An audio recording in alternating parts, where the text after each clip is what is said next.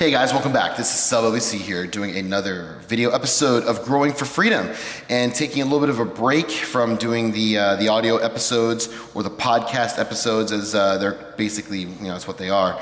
But actually focusing more on an actual video, and this one is actually really important to me, I think, because stepping up my game is always incredibly important, not only when you're able to upgrade gear and get really great strains and do stuff of that nature, but the most important thing when you're a grower is, of course, space. Expand or die, ladies and gentlemen. So we got here a new location. This is something I've been talking about for a little while, not only here on YouTube, but also on Facebook. So, basically all you guys that are watching this video, this is it, guys, the third nursery location. And this one is really exciting for a whole multitude of reasons. Number one is that I now have complete control over this entire building. So we have 4 units total. Obviously the Site B garden, which is directly above us, is already in our control. Obviously we've got a dedicated apartment for myself.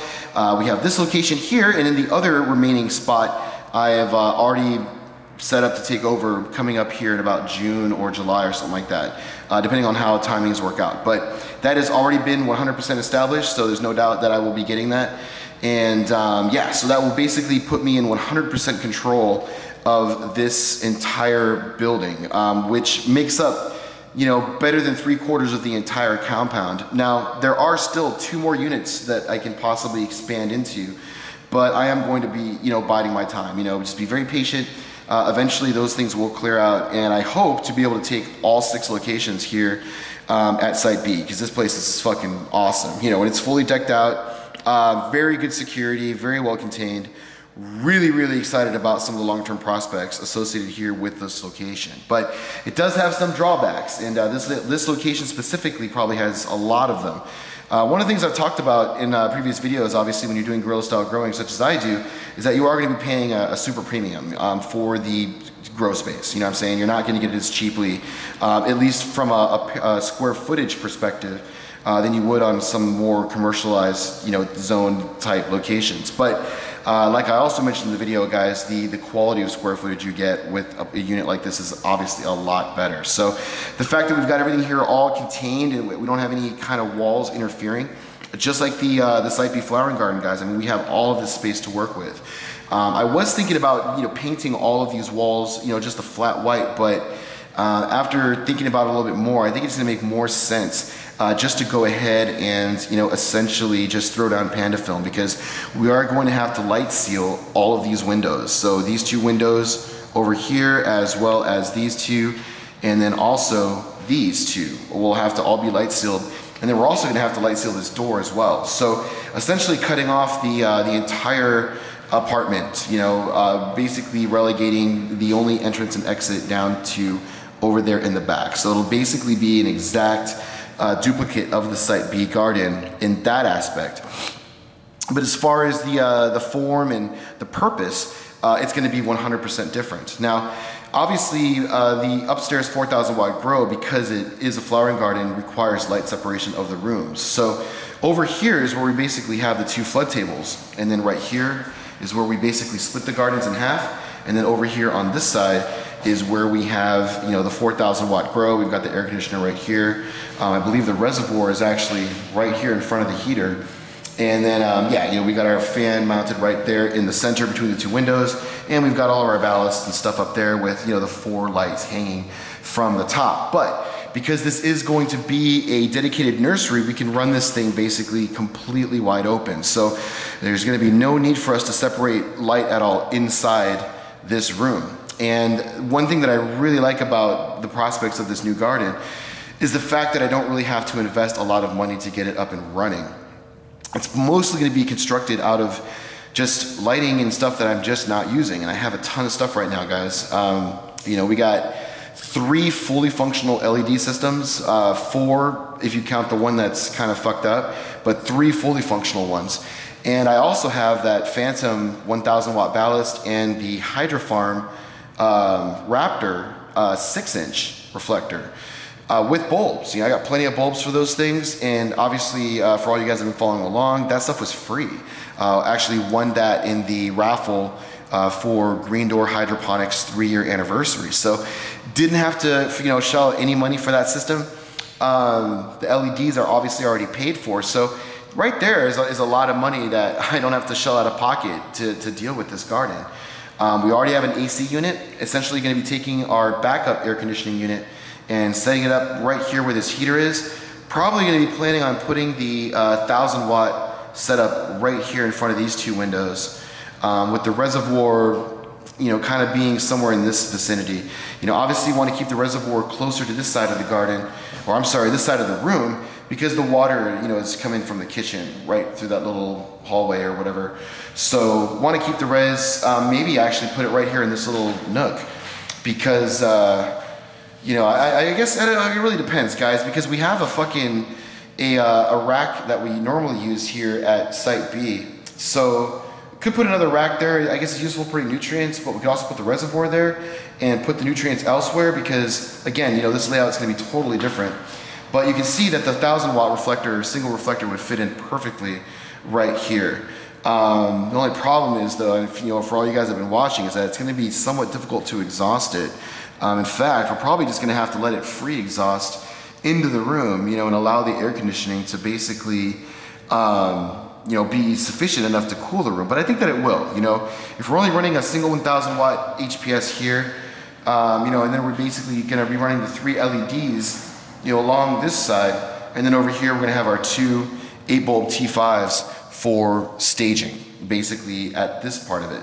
Over here on this wall, we're going to have 2 racks with all of our single strips. So we're going to have a lot of storage capacity, guys. We'll be able to hold 1000 unrooted clones here, and then also 600 rooted clones here.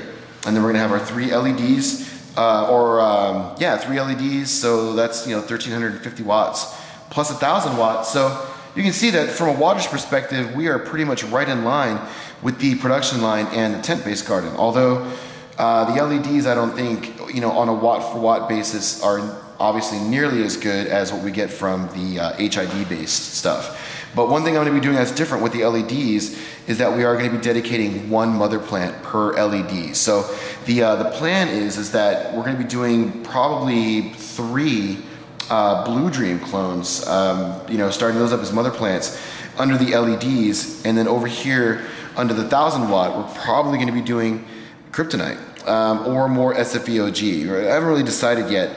Actually going to be raising a lot of plants simultaneously, and from there we'll kind of decide what we're going to do. And of course I do have the option as well to dedicate one of the LED lights that I'll be putting over here to another strain, so if I don't want to do Kryptonite per se, or I'm sorry, don't want to do Blue Dream, maybe have 1 Kryptonite, 2 Blue Dreams, and all SFVOG, or do some weird combination.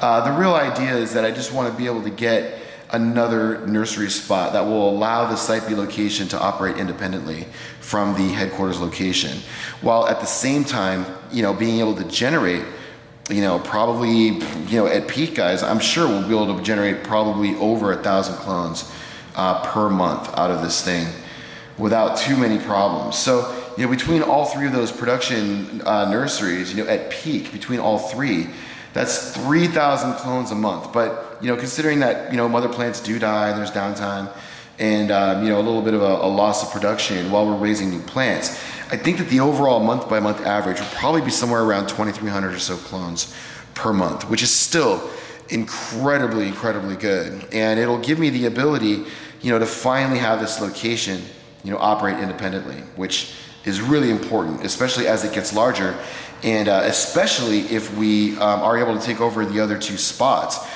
Because if we do, then this spot essentially will be converted over to 16,000 watts, not including this nursery, and then another 4,000 watts over at headquarters. So we'd be looking at 20,000 watts of total flowering power combined with 3 production line equivalent nurseries. So that's definitely a shitload. And I would imagine that if I ever get to that point, if I'm patient enough and it ends up working out to where I get those other 2 locations as well, and that's what we're running, I'm done. You know what I'm saying? I'm not planning on doing any more expand or die type things. I think that 20,000 watts and 3 nurseries is more than enough for one single grower to run partner free. You know what I'm saying? And if I can't be satisfied on that kind of return with that much control, then there's probably something wrong with me, you know, at that point. But in any case, guys, as far as work that I have to do, we're going to be using this heater vent right here to essentially work our air conditioning. So that's where the air conditioning is going to go. We actually have a power plug right behind this cover, so that's perfect. I'm still in the process of mapping out all the breakers, but it does look like that we have 2 independent 20 amps here in this room alone, which should be sufficient to run everything that I want.